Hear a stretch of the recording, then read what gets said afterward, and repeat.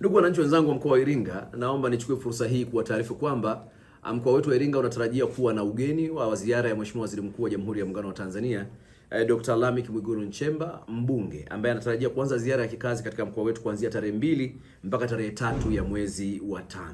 Katika ziara yake atafanya ziara katika wilaya ya Mufindi ambako huko atapata nafasi ya kutembelea halmashauri zote mbili, kwa maana ya halmashauri ya Mafinga na halmashauri ya Mufindi, lakini pia atapata nafasi ya kuzungumza na wananchi katika majimbo matatu ya wilaya ya Mufindi ambao ni jimbo la Mafinga, jimbo la Mufindi Kusini na jimbo la Mufindi Kaskazini.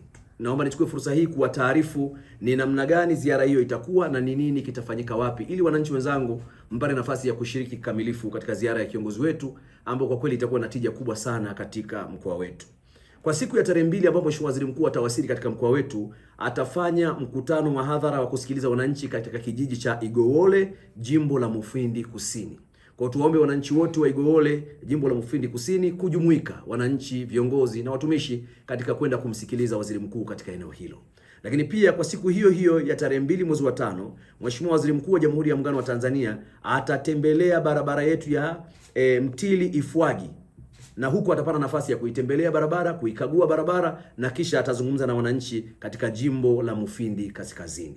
Siku ya pili, Mheshimiwa Waziri Mkuu atapata nafasi ya kuzungumza na wananchi katika jimbo la Mafinga mjini, na hapo tutakuwa na mkutano wa kuwasikiliza wananchi pamoja na kusikiliza taarifa mbalimbali za serikali zitakazowasilishwa kisekta.